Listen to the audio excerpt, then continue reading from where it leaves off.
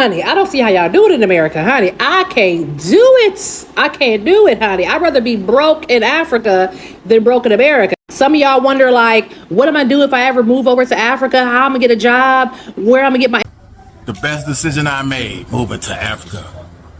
Oh, they live in mud huts in Africa.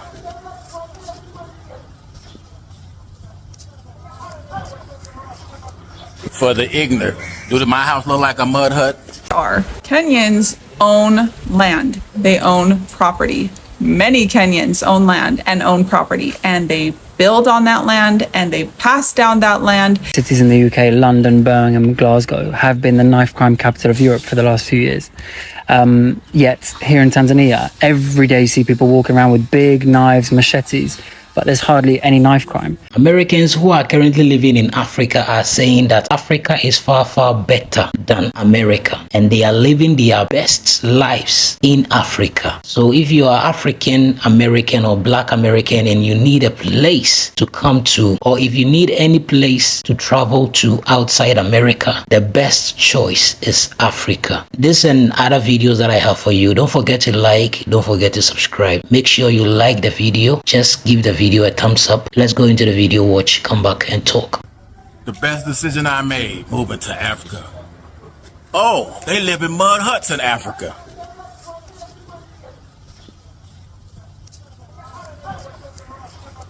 For the ignorant, do my house look like a mud hut?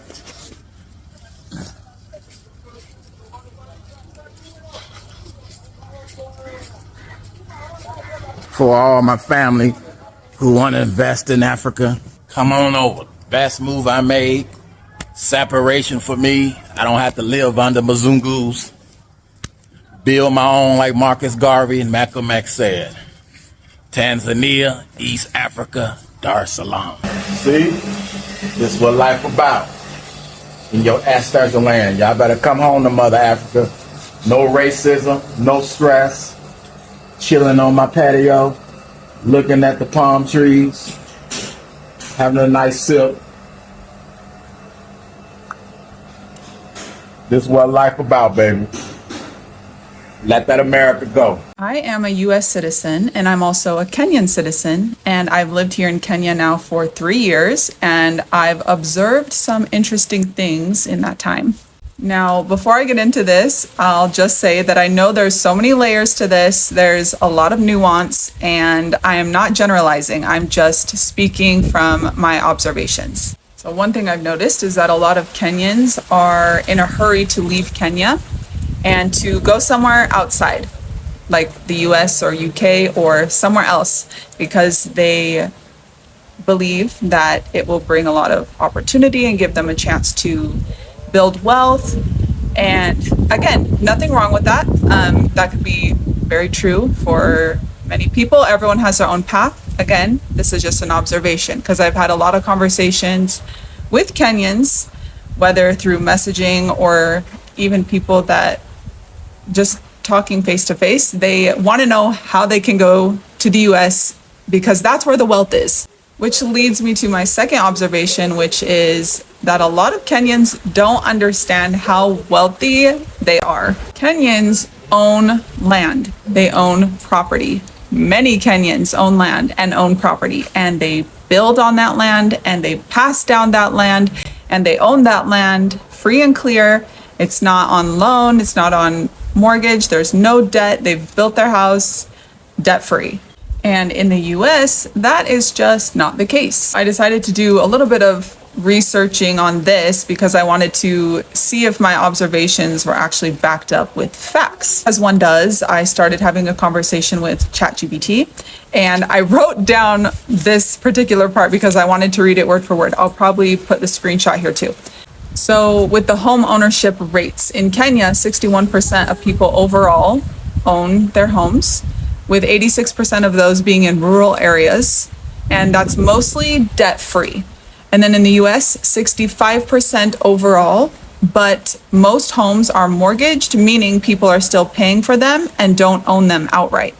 And this part says, while income levels and infrastructure in the US are more developed, Kenyans, especially in rural areas, often have more stable asset-based wealth, which is harder to quantify but extremely valuable.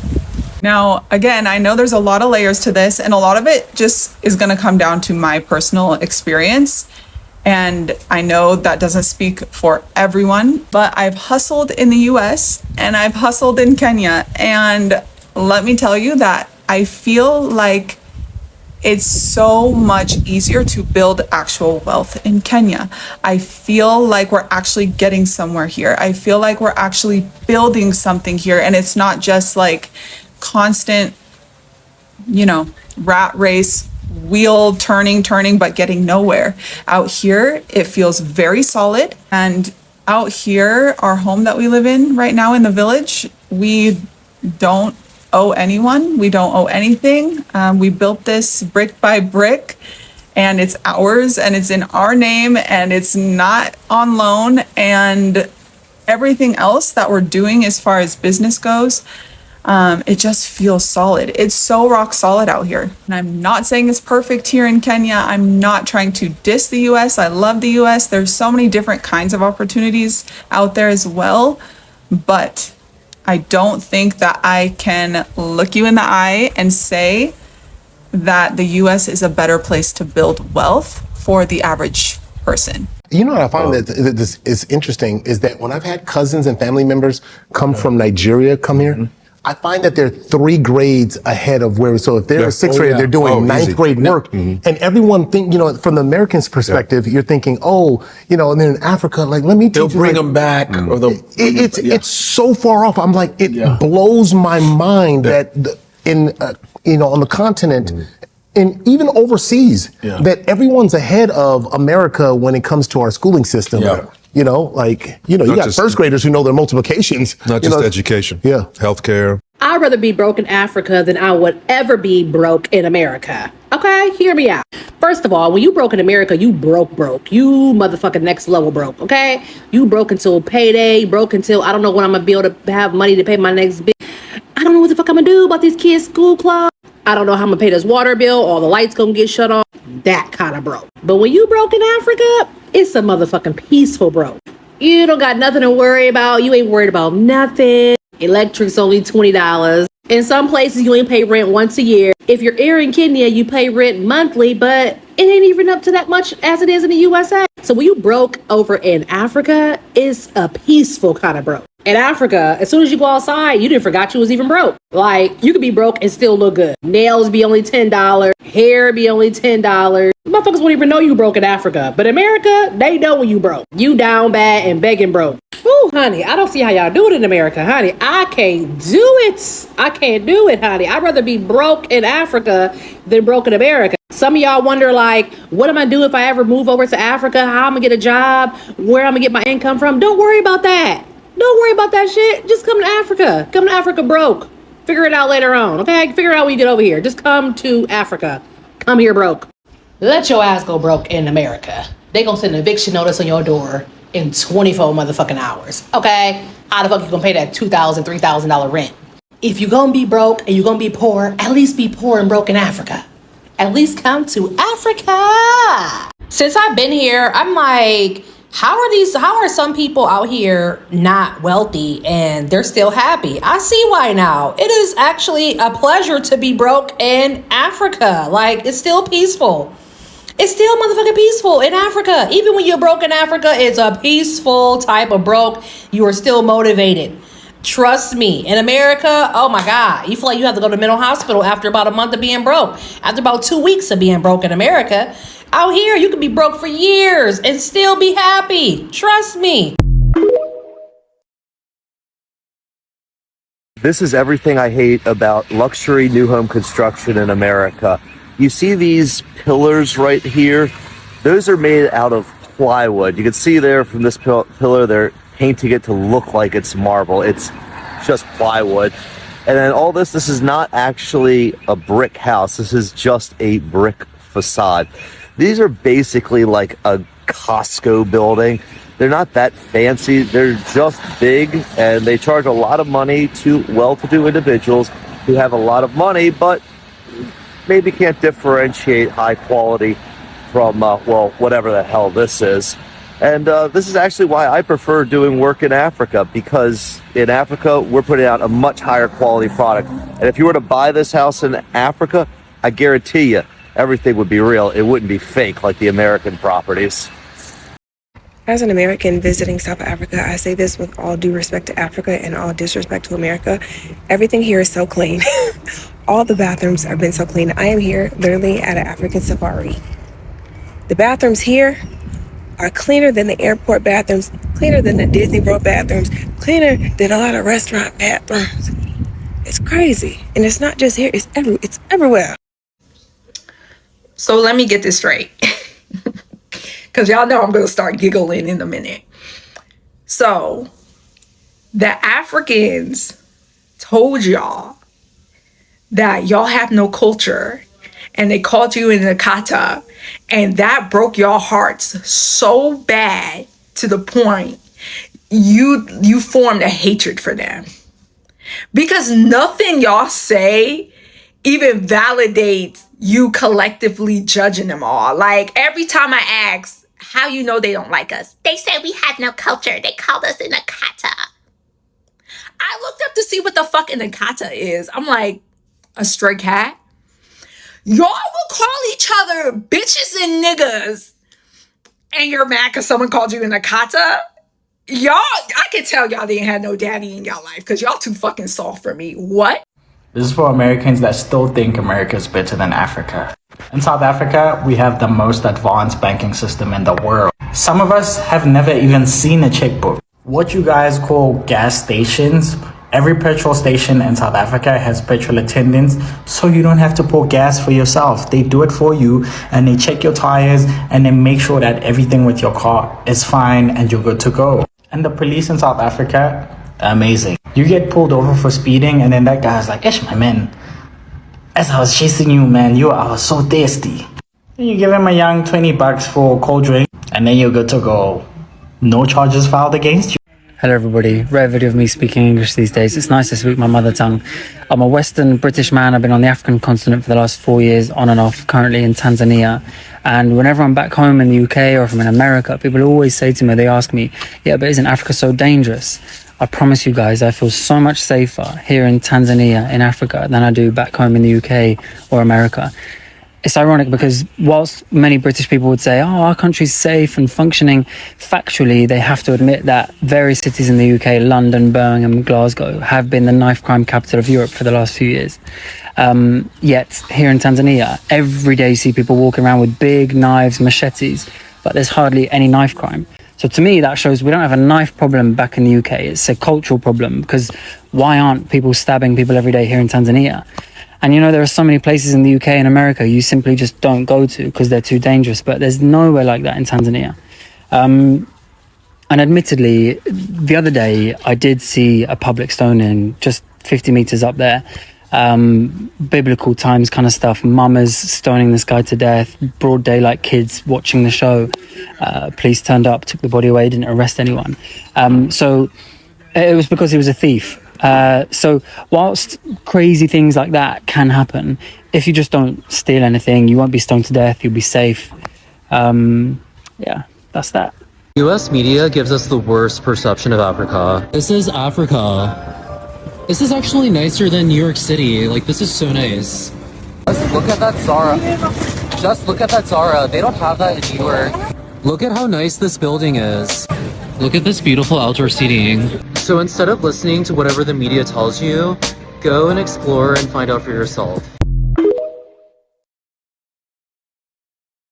People keep asking in my previous videos, "Yo, Onyx, how come you didn't mention any African countries? What's up with that?" And it's not for the reasons you are thinking. The reason why I refrain from mentioning African countries is because people automatically assume that any American, especially when it comes to Black Americans, that want to move to third world countries or just African countries in general, then we are seen automatically of taking advantage of that nation by using our American dollar. Every time when I mention a country that is best for Black people, I got idiots in my comment section talking about, "You're trying to take advantage." But Anyways, here's a list of African countries that I believe to be incredible, especially for black people. By the way, this is in no particular order. Number 1 is Ghana. I'm highly considering this one too because Ghana has incredibly beautiful people. The country is stunning. The infrastructure is amazing. It's one of the safest countries in Africa, if not the most safest. Number 2 is Zambia. Great for safari. Great for tourism. Politically, it's stable. I'm all for this one too. Number 3 is Rwanda. It's praised for its low crime, especially in Kigali. Oh my God, that place is so safe. And the transformation that's going on in Rwanda,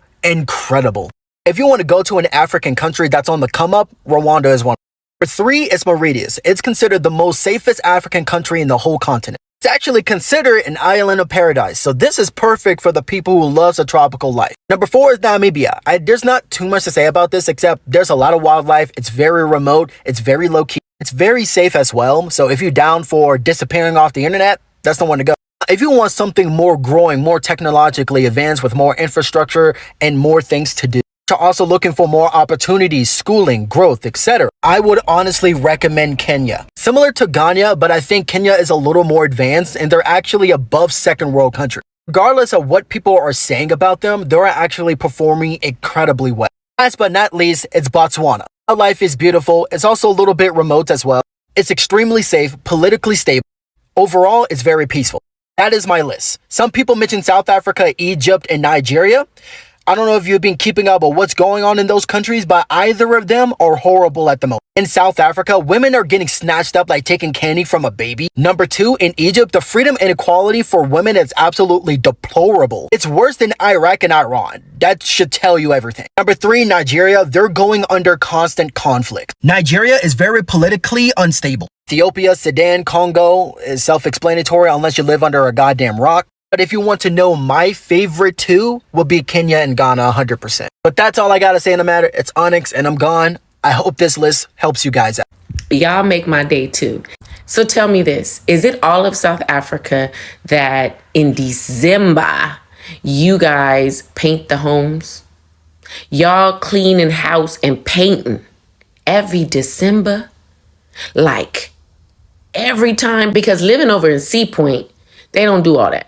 But when I was in the community over in Mannenberg, over in Hadeveld Park, how do you say that? Hadeveld, over there near Mannenberg. Every home that I was visiting, they was over there cleaning and painting every year. So y'all painting house every year. I mean, y'all making jobs for the community. Like, I get it, because, the neighbor or somebody gonna come over and do something, or the men to keep them busy. But is this all over South Africa? Is this in all the communities? Is this just the colored community? Because I'm in shock. Like, that's a culture shock to me. I feel like Americans would be like, what? Every year? Like, I'm wondering if other parts of the world do this. Because I get, like, start the year off right. Like, start it off right. Make sure, like, you clean and everything is anew. Especially, like, Christmas, Jesus Christ, and, making the home holy. But I'm still trying to understand the culture aspect of it. Is this all of South Africa? Is this all other parts of Africa? Is this just within the colored community? Is this in other, I don't even know. What is it? Because painting a house inside, not sure if y'all doing it outside, but I know inside, y'all cleaning the house. I was looking at parts of my house. Like, I don't think I ever seen in December other people's houses getting painted other than in the communities, other than in the colored communities. I don't really know, because y'all tell me, like, y'all listen, I'm learning so much. Y'all be making my day every day, okay? This is why I love being a part of the community. This is why I love being a part of the culture. This is why I love being a part of y'all, because South Africa, my home. It's my home, okay? Just let me know how it go, because I need to pick up on some of these traditions. These traditions is like top notch, okay? Y'all got traditions that is just top notch. I'm sitting here like, get me out of this U.S. madness, because they don't be worrying about all of that stuff. They just be thinking politics and all the problems that we got, because y'all over here cleaning homes and painting. The cleaning home I get, but the painting, that's deep. And because it seems traditional, is it whether you have a religious background? No, because the houses that I saw don't really have a religious background. I'm trying to understand. You would never know when a woman is broke in Africa. They would have their hair done, their nails done, their feet done, their toes done, they goddamn eyelashes done, their eyebrows done, their lips done, everything for $20. But when you in America, and if you ain't got like $200 for your name, don't you go get your motherfucking hair done. You go get your hair done, and that's it. That's the whole $200. Now you gotta wait to get your nails done, your feet done, your lashes done, your eyebrows done, your lips done. You gotta wait on that type of shit. But here in Africa, you can get all 25 services done for $10. American women, I came over here and figured it out. These African women are living soft life for $10. And if you are a single mother, that should be more the reason why you want to move to Africa. You can literally have a housemaid and a nanny at the same time and only pay like $60 a month. You don't got to worry about that baby daddy. You don't have to kiss his rear end to pay childcare and all that. Come over here to Africa and only pay $40 for everything, okay? $60 if you want the in-house maid. That's why I'm telling y'all, being in Africa is soft life. Hell, even I notice I look better being over here. Look at me, I look better. Shit, I ain't never looked this goddamn good before in the USA.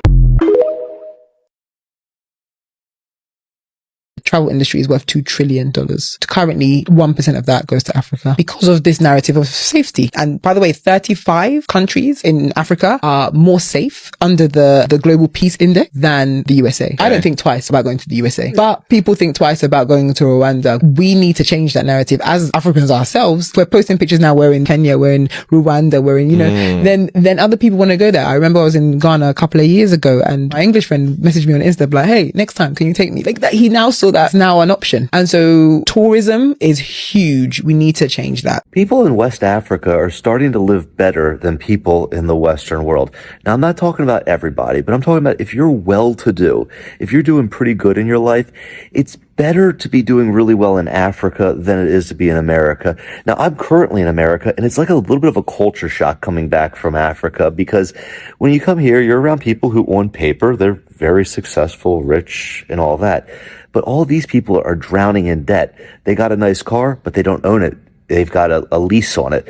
They may say that they own a house, but they kind of do, but they have a huge mortgage on it. But in Africa, people own everything outright. And what does this lead to, like, in day-to-day life? Well, when you know someone who's well-to-do in Africa, they're a lot more relaxed. They feel like they can go on trips with you. They're a lot more generous. People here, even though they may have a lot of money on paper in America, the second they let their foot off the gas, the second they stop hustling, those bills will catch up on them really quick. And it shows like kind of why I feel West Africa is the future, because here people are putting up an appearance of being rich, well-to-do, but it's fueled by debt and it's fueled by them working 2 jobs. Husband and wife are both working high-paying jobs, 50 hours a week each, and doing all of that to just create this facade. Whereas in West Africa, once these guys have made it, they're living good lives. They're having that balance in life and they're not killing themselves. So I think long term, who am I betting on? I'm betting on the lifestyle of West Africa.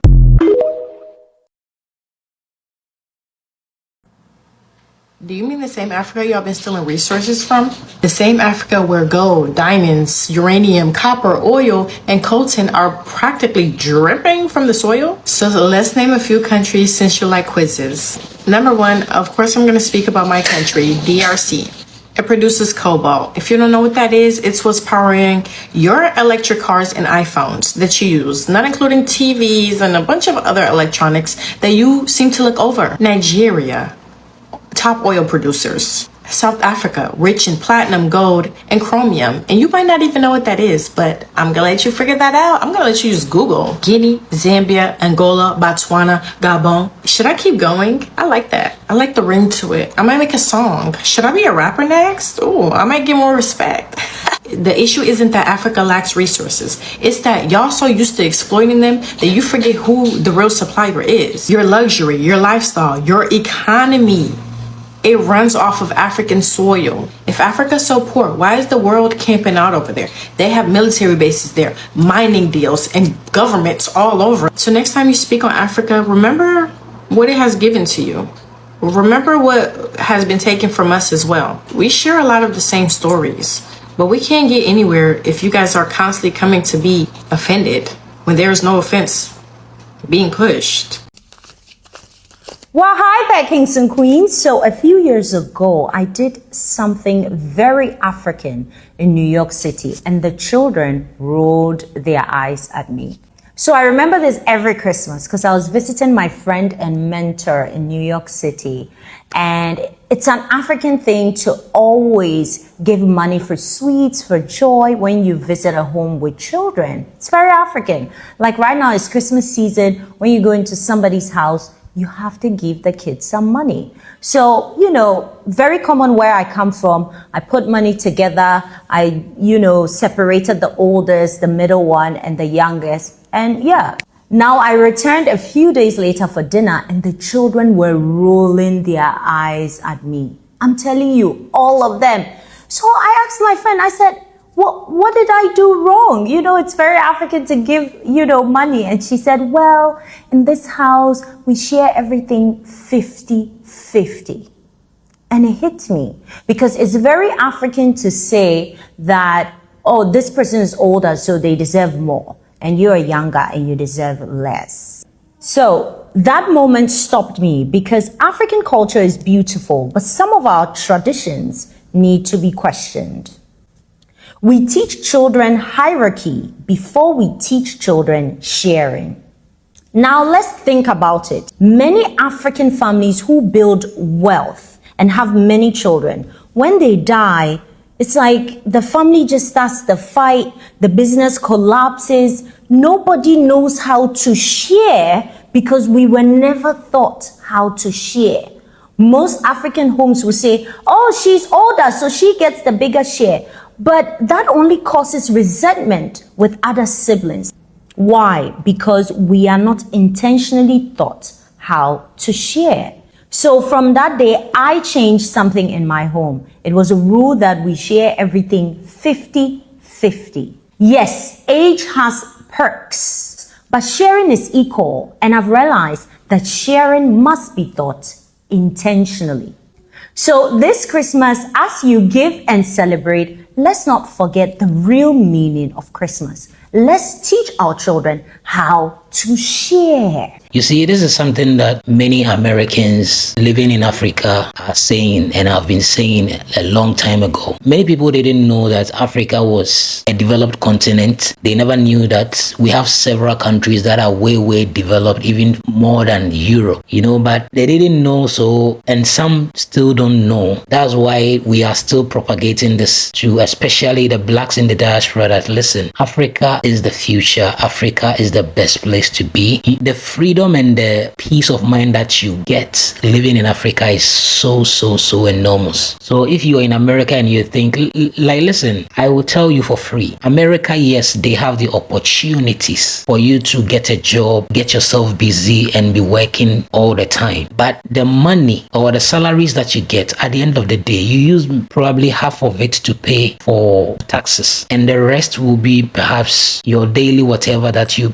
So at the end of the day, how much do you even get to save? So it's all the time you working. But in Africa, yes, we have taxes, but the taxes are not like the ones that you have in America. Secondly, you can earn in dollars whilst you are in Africa and you will enjoy your life. Let me tell you, so many African Americans are in Ghana, South Africa, Kenya, Tanzania. They are living their best lives. They've been able to build their own houses, bought land, build their own houses. Like the first video that I showed you, this man is basically living in Tanzania and he's free, he's just relaxing. The rat race that you guys do in America, or Charlie, it is stressful. How long can you keep on going or doing that? For how long? So if you have Africa that you can move to, yes, Africa, so many countries are developing. Roads, infrastructure is not there yet. But I bet you, listen, the opportunities here, if you have your money and you want to invest in Africa, I'm telling you, the opportunities here is enormous and you will make so much money off your investment. So think about it, especially the blacks in the diaspora, move to Africa and experience something that you've never ever experienced before. Thank you so much for watching.